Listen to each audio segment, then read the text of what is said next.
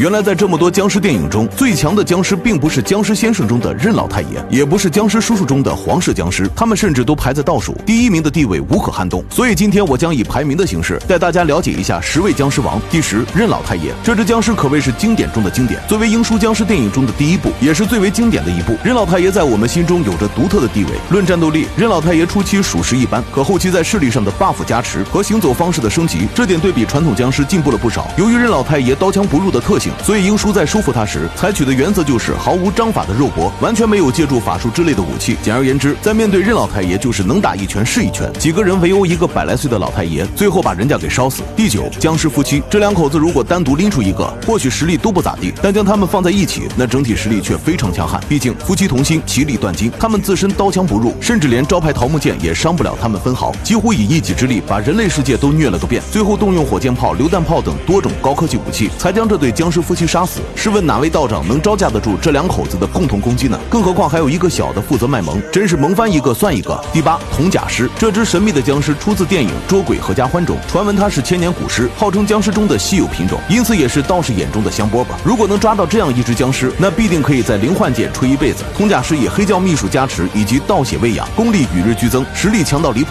破关之时就直接咬死了3大掌门，茅山师兄们用尽一切驱魔手段也无济于事。最后好在鬼仆选择与他同归于尽，否则真不知道该如何处置这只千年古尸。第7，黄氏僵尸。在电影《僵尸叔叔》中，这位僵尸贵为皇亲国戚，可能因为从小吃得太好，导致变成的僵尸非同寻常。刚一出场时就猛地一劈，那么厚重的纯金棺材直接一掌掀飞，号称只打巅峰赛的千鹤道人也不甘示弱，带着一帮徒弟就想与之较量一番，可最后还是被轻松团灭。毕竟这僵尸是不怕符咒不怕糯米，身体也是非常坚硬，被10几厘米宽的大剑砍中，愣是一点事没有。重点是他还会走路，而且道术和佛家法器对他通通不管用，简直是离谱到姥姥家了。不过最后还是被毒药灌死。第6，吸血鬼僵尸。看过一眉道人的小伙伴应该对这个吸血鬼有着很深的印象。这个吸血鬼非常强悍，英叔的法术对他毫无作用，原因主要在于跨国降魔的特殊性，导致很多技术难以对这位吸血鬼产生效果，因此英叔只能依赖道具和肉搏的方式硬刚对手。不过好在最后巧妙运用泥潭将吸血鬼制服。总体来看，这个西洋吸血鬼并没有特殊的攻击招式，主要依赖强大的防御力和普通攻击。如果法器能够发挥作用的话，那么英叔应该不会遇到那么多麻烦了。第5，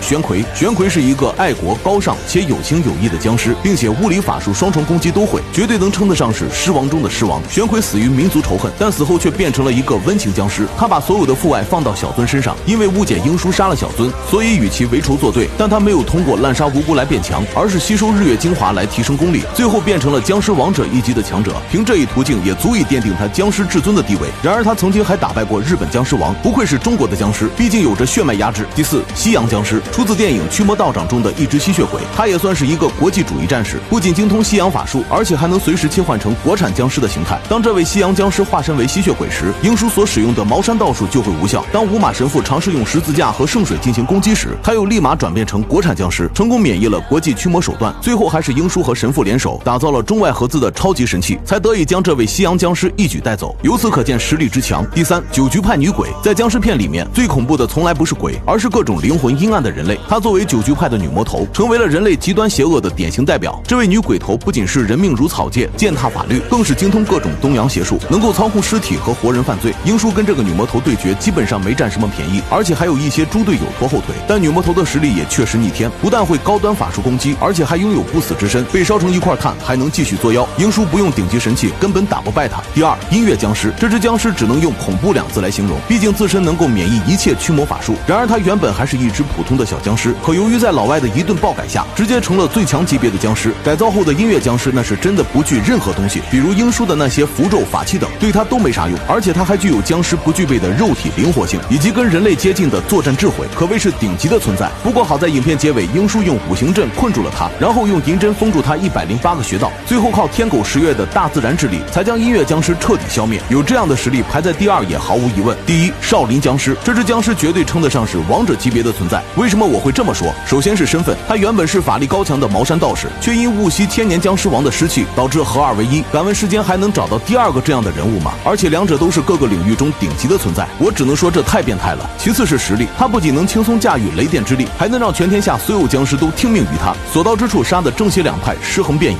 用省流的方式来说，那就是无敌。但由于这个角色设定过于离谱，或许作者也认同这一观点，后来就直接将这个僵尸写死了。不过死法却相当离谱，因为因为是被天外陨石砸死的。不得不说，作者的脑洞还挺大，当然这点也充分体现出了僵尸的强，所以将它排在第一实至名归。